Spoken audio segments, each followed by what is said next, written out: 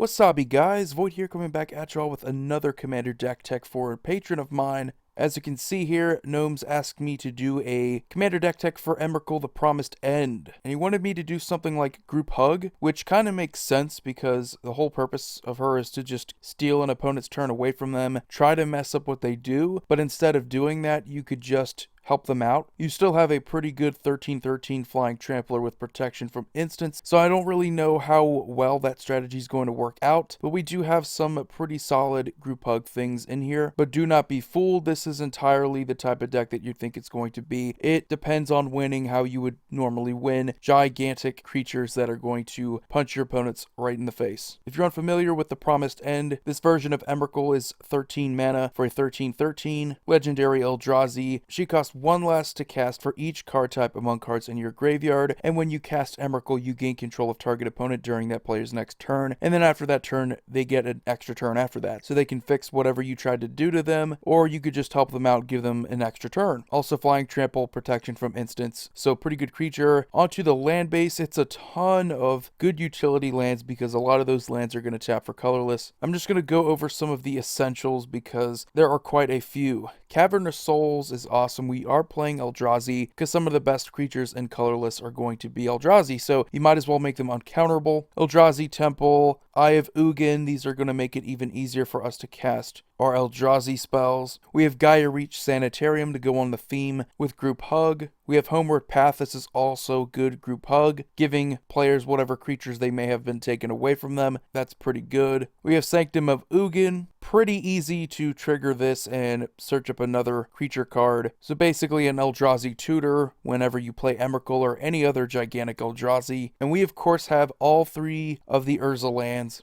Not really easy to get off, but once you do have all 3 of them, you get a lot more mana. The main reason why they're in here is because at the very worst, they're going to tap for 1 colorless. And we end our lands with 4 wastes because we do have some things that search up basic lands. We want to be able to get some of that efficiency in here because there are good cards like Solemn Simulacrum, Burnished Heart that have to search up basic lands. So the addition of wastes was essential for any colorless commander deck really. Moving on to artifacts, again, a lot of colorless cards that are going to be really good are also artifacts. Everflowing Chalice, we can get a ton of mana if we multi-kick it up there. Has a bunch of charge counters, can tap for that much. Expedition Map, if we're trying to get the Urza lands out there, we can search one up. Other than that though, we have a ton of good utility lands. Sensei's Divining Top, good consistency if you have to go with colorless only. Sensei's Divining Top is far from bad. Sol Ring, essential. Helm of Awakening, kind of going to go with the theme of Group Hug. Going to make all spells cost 1 generic less to play. Doesn't reduce colorless mana costs, but it does reduce generic, so pay attention to that. Lightning Greaves, put it on an Emrakul and then swing. Second turn, if you can swing without being blocked, you can likely just knock a player out with commander damage. We want to win with the deck. We don't just want to help our opponents out, but it would be really bad if we just didn't take advantage of a flyer with trample that has protection from instants like Swords to Plowshares. Mind Stone is good because it ramps us up by 1, but also has the ability to get us some card draw. Thought Vessel, we have no maximum hand size, not as relevant, but again, 2 mana rock that taps for 1 colorless, so you get some good value there. Basalt Monolith, gonna tap for 3 colorless mana. Doesn't untap during our untap step, but usually just getting the 3 colorless our following turn is good enough reason to play it. Then we have Herald's Horn. This is fantastic because all of our Eldrazi's are gonna cost 1 less, and at the beginning of our upkeep, we get to look at the top card of our library. If it's an Eldrazi creature, we get to put it into our hand, so it's gonna help speed the deck up a little bit. Mirage Mirror is one of my favorite cards in Commander now. Becomes a copy of a target artifact, creature, or enchantment, or land until end of turn, all for an activated ability of 2 generic, so really easy to do some pretty cool things with this. Oblivion Stone, there's actually a lot of good colorless removal in this deck. We can potentially save some things, but we want to pay 5 mana and destroy all non-land permanents without fate counters, so we can have a good time with that card. Then we have Temple Bell, gonna go with the theme of Group Hug here a bit. And I almost forgot to mention,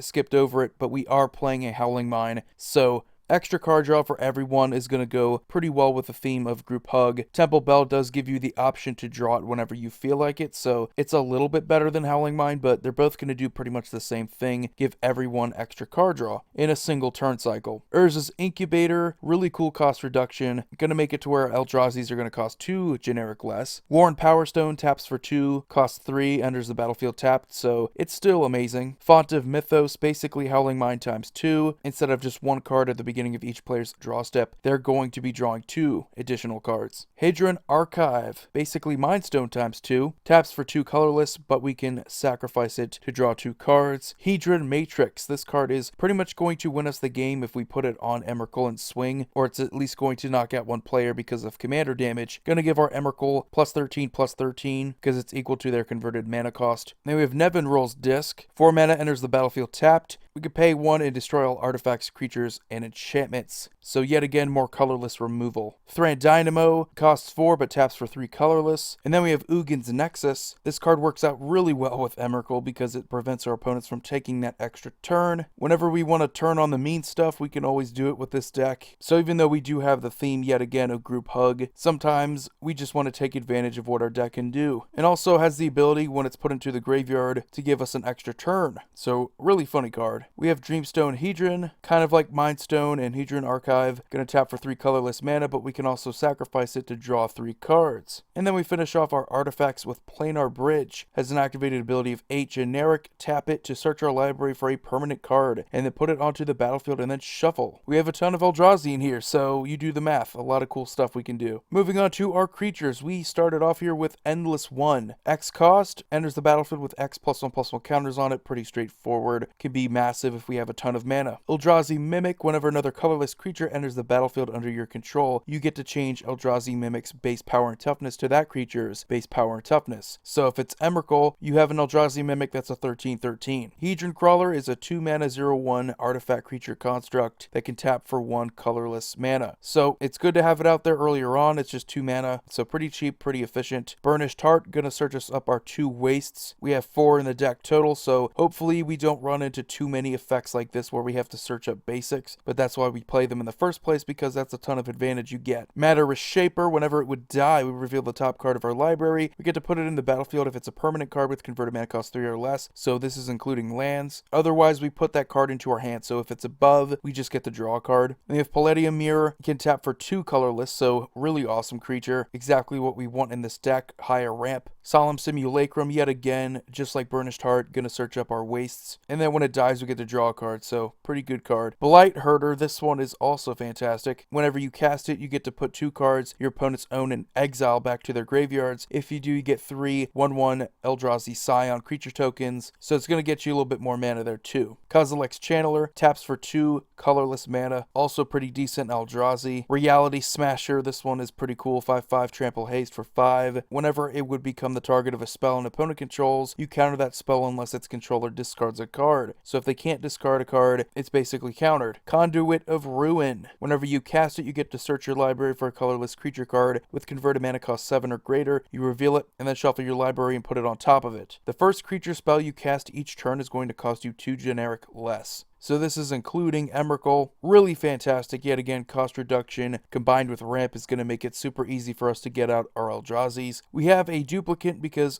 more colorless removal isn't a bad thing. This is going to deal with a creature, exile it, and then duplicate's going to get its power and toughness and its creature type. So I think that's pretty cool. We have Endbringer, a bunch of activated abilities here. It untaps during each other player's untap step. So you can do this multiple times in a turn cycle. You can deal 1 damage to target creature or player. You can pay 1 colorless, tap it to have target creature can't block or attack this turn. And you can also pay 2 colorless to tap it and then draw a card. So you get some card draw there. You get to ping some stuff, and you get to make it to where your opponent's creatures can't block, which I think is the most important thing there. We have Oblivion Sower. Basically just get to exile the top 4 cards of an opponent's library and then steal whatever resources they have when it comes to their lands. Bane of Balaged kind of has a pseudo-annihilator effect. Whenever it attacks, defending player exiles 2 permanents he or she controls. So that can be pretty deadly at times. Deceiver of Form. At the beginning of combat on your turn, you reveal the top card of your library. If it is a creature card revealed this way, you may have creatures you control other than Deceiver of Form become copies of that card until end of turn, and then you get to put that card on the bottom of your library. So this can be really deadly if you get the right Eldrazi on the top of your deck. So cards like Sensei's Divining Top can be really powerful like that. Breaker of Armies. Pretty much all of your opponent's creatures have to block it if they're able to. A 10 power, 8 toughness. That's going to require a lot of stuff to kill it. Ulamog's Crusher Annihilator 2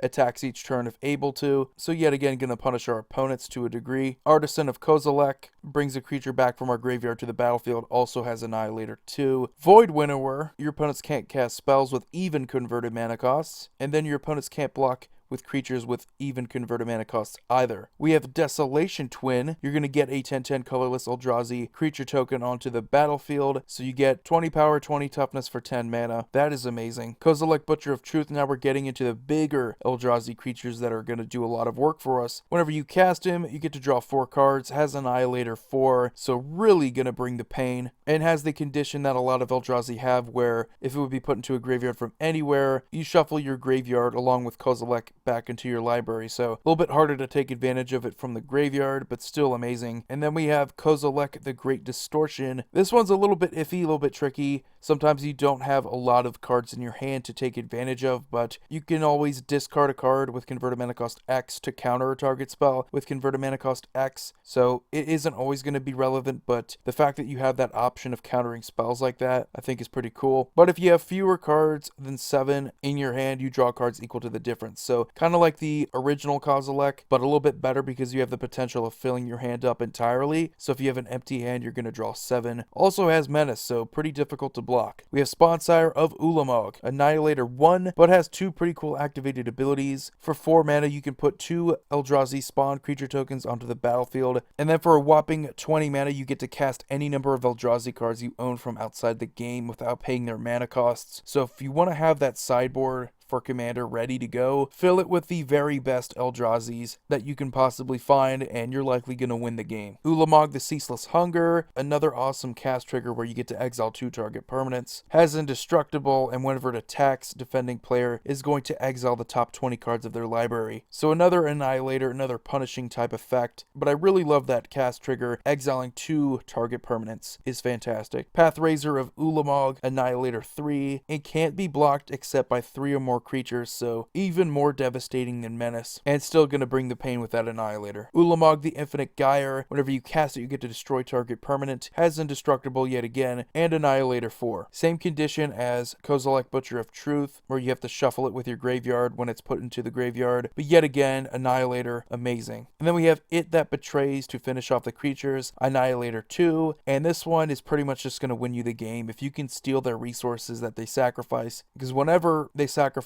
a non-token permanent, you get to put that card onto the battlefield under your control. So really devastating if you have this in combination with any of your Annihilator creatures. Amazing. We do have 2 Planeswalkers in Karn Liberated and Ugin the Spirit Dragon. These are just amazing. If you need removal, both of them are going to act like removal, and if they get into the dangerous range where they can then ult, you pretty much win the game at that point. It's very difficult to come back if you leave these alone for too long, so that's definitely the main reason why they're in here. We have 1 enchantment in Eldrazi Conscription, because hey, give Emrakul +10/+10 and Annihilator 2, and you can pretty much just knock a player out of the game. That's never a bad thing, but you can of course do this on just about every other creature. We have 3 sorceries. We have Gruesome Slaughter. Until end of turn, all of our colorless creatures are going to gain an activated ability where they can tap and deal damage equal to their power to target creature. So pretty much like a board wipe, because all we really have to do is just get a few Eldrazi out there, and then they're just going to start killing off all your opponent's creatures. That's a really funny card. All is Dust, another good colorless board wipe effect. Each player is going to sacrifice all colored permanents they control. Fun thing about this deck, we don't have any of them, so we're not going to get hurt by this at all. Skittering Invasion, we get to put 5 of those Eldrazi spawn creature tokens onto the battlefield, all for 7 mana. May not seem like a brilliant card, but we get more mana out of the deal, and we get more Eldrazi spawns. We do play 4 instants. We have Warping Whale, 2 mana with 3 different modes.